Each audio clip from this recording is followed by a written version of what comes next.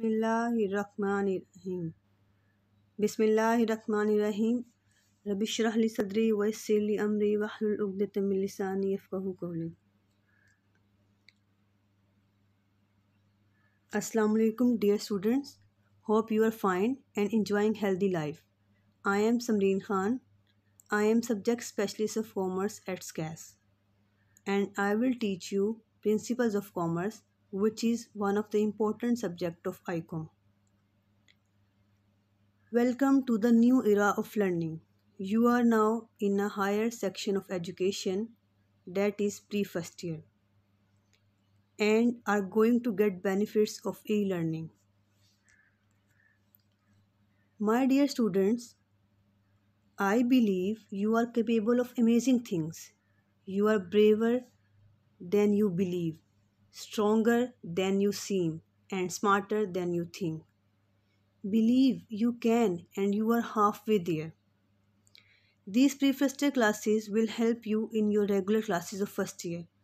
You have opportunity to clear your previous concepts and have understanding of new concepts.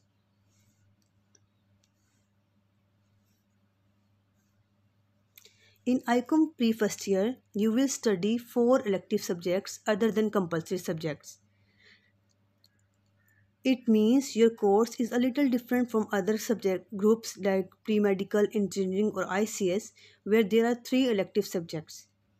The 4 elective subjects you are going to study are principles of commerce, principles of accounting, principles of economics and business mathematics. First of all, I want to share one important thing, that is you may choose English or Urdu as your mode of study. So select your medium in which you feel you can do better. The total marks of this subject is 75. Now we'll discuss the paper pattern or marks division of this subject. First, this paper consists of 3 sections. First one is MCQs part, where you have to attempt 15 MCQs of 1 mark each. Short questions will be divided into 3 parts. Each part will have 9 questions, out of which you have to attempt 6 questions. So total short questions will be of 36 marks. The long questions part will be of 24 marks. Here 5 questions will be there and you have to attempt 3 questions.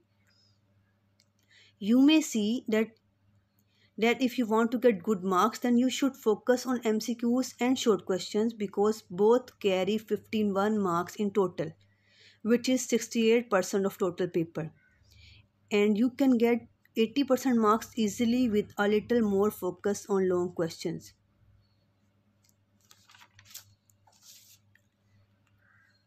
Now the contents of today's lecture. We will see what field of study you can take after ICOM, because ICOM is not confined to a few subjects. It has a wider scope. Commerce covers the topics of accounting, business, banking, law, finance, economics, econometrics, public policies, operational management, banking, statistics, taxation, management, etc. Afterwards, we will see what professions or jobs are there for you people after getting higher education in this field. Then importance of commerce will be discussed briefly. We will start our first chapter today, that is Introduction to Business. Here we will see what sort of activity business is, and at the end the recommended books will be told to you. Our first thing is best career options for you people after doing your ICOM. Which courses you may take after completing your inter in commerce. You may go for chartered accountancy. You may get your degree in business administration, that is BBA. You may go for BS in business economics, BS in insurance and risk management, BS in public administration, BS in Islamic banking, BS in economics and management, or BS in entrepreneurship. These are a few fields that are being told to you. More new degrees programs are also being introduced in different universities. So you have many choices after ICOM, and you should choose your field according to your interest. Similarly, after completing your study, there are several job opportunities for you too. First of all, just like me, you may become a teacher. You may become an accountant, an auditor, a consultant, a company secretary, a business analyst, a sales analyst, a stockbroker, an economist, a tax accountant, or a finance analyst. So there is a large list of occupation you may go for.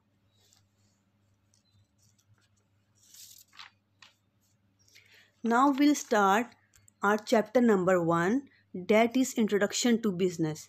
Your subject revolves around business, means we'll study all about business, what is business, what are its features, who can become a successful businessman, then what are the components of business, etc.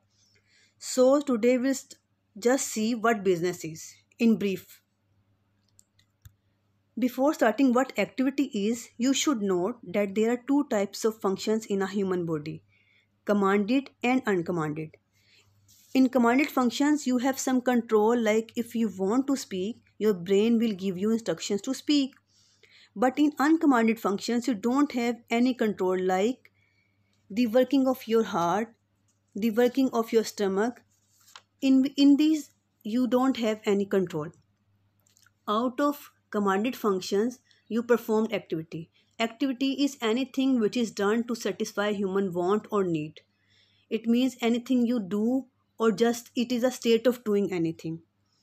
There are two types of activities. One is economic and second one is non-economic. Economic activity is making, providing, purchasing or selling goods or services. Or you may say it is involving money or exchange of products or services. Basically, economic activities are also called productive activities because these are done for earning money. Acquisition of wealth is the purpose of economic activity, while non-economic activities are done for personal satisfaction or satisfy human sentiments. These are not performed for earning money or for acquisition of wealth. Economic activities have three broad categories: business, profession, and employment. Business is any legal activity which is performed for earning profit. It means whatever you do for earning profit, if you are providing services or providing goods to other people for earning money or earning profit, then you are involved in business. While profession is when someone provides his services on the basis of specialized knowledge and skill to society, then it is called his profession, like engineers, doctors, lawyers, etc. In the same case, employment is there when someone provides services on the basis of knowledge and on predetermined terms and conditions, like on fixed salary. Then it is called his employment. Employment is of three types: government employees and private employment and semi-government employment. We will just go for business in your book and we will study in detail about the business. In non-economic activities, these are done for following four reasons: religious, social, patriotic, or parental. Religious activities, like religious reasons, are like you offer prayers or you perform Hajj or you pay zakat. These are not performed with a view to get money in return. You do it because it is your religious obligation. Likewise, if you love your parents, or if you do something for them, or you respect their relatives, then it is not done for earning money or for with the view to earn something in return. It is your love for them. Similarly, the Pakistan movement or Kashmir movement is there. They are not doing it for earning wealth. It is out of love for one's country. So it is patriotic reason.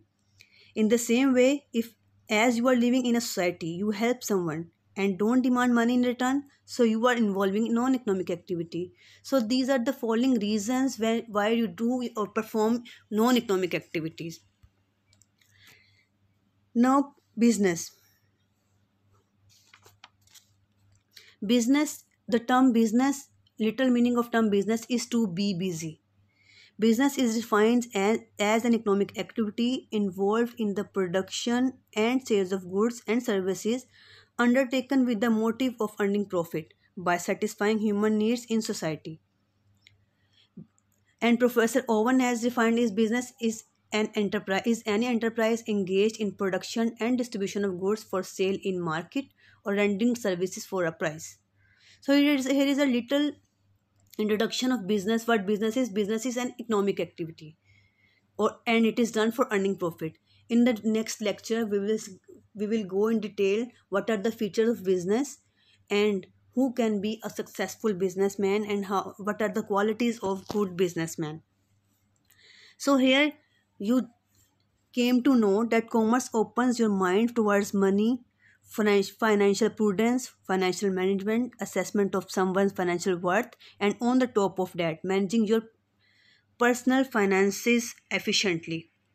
The book we are going to follow is written by Qazi Shehzad Sham and the publishers are Azim Academy. It is Principles of Commerce. You may also use these books for further supplement reading. These are Principles of Commerce written by Muhammad Irshad and publishers are Naveed Publications, and or Ideal Principles of Commerce written by Hafiz Muhammad Sharif, and it is also published by Azim Academy. Hope stay stay safe. Thank you for listening patiently. Stay safe, stay blessed. We will meet in next lecture. Till then, Allah Hafiz.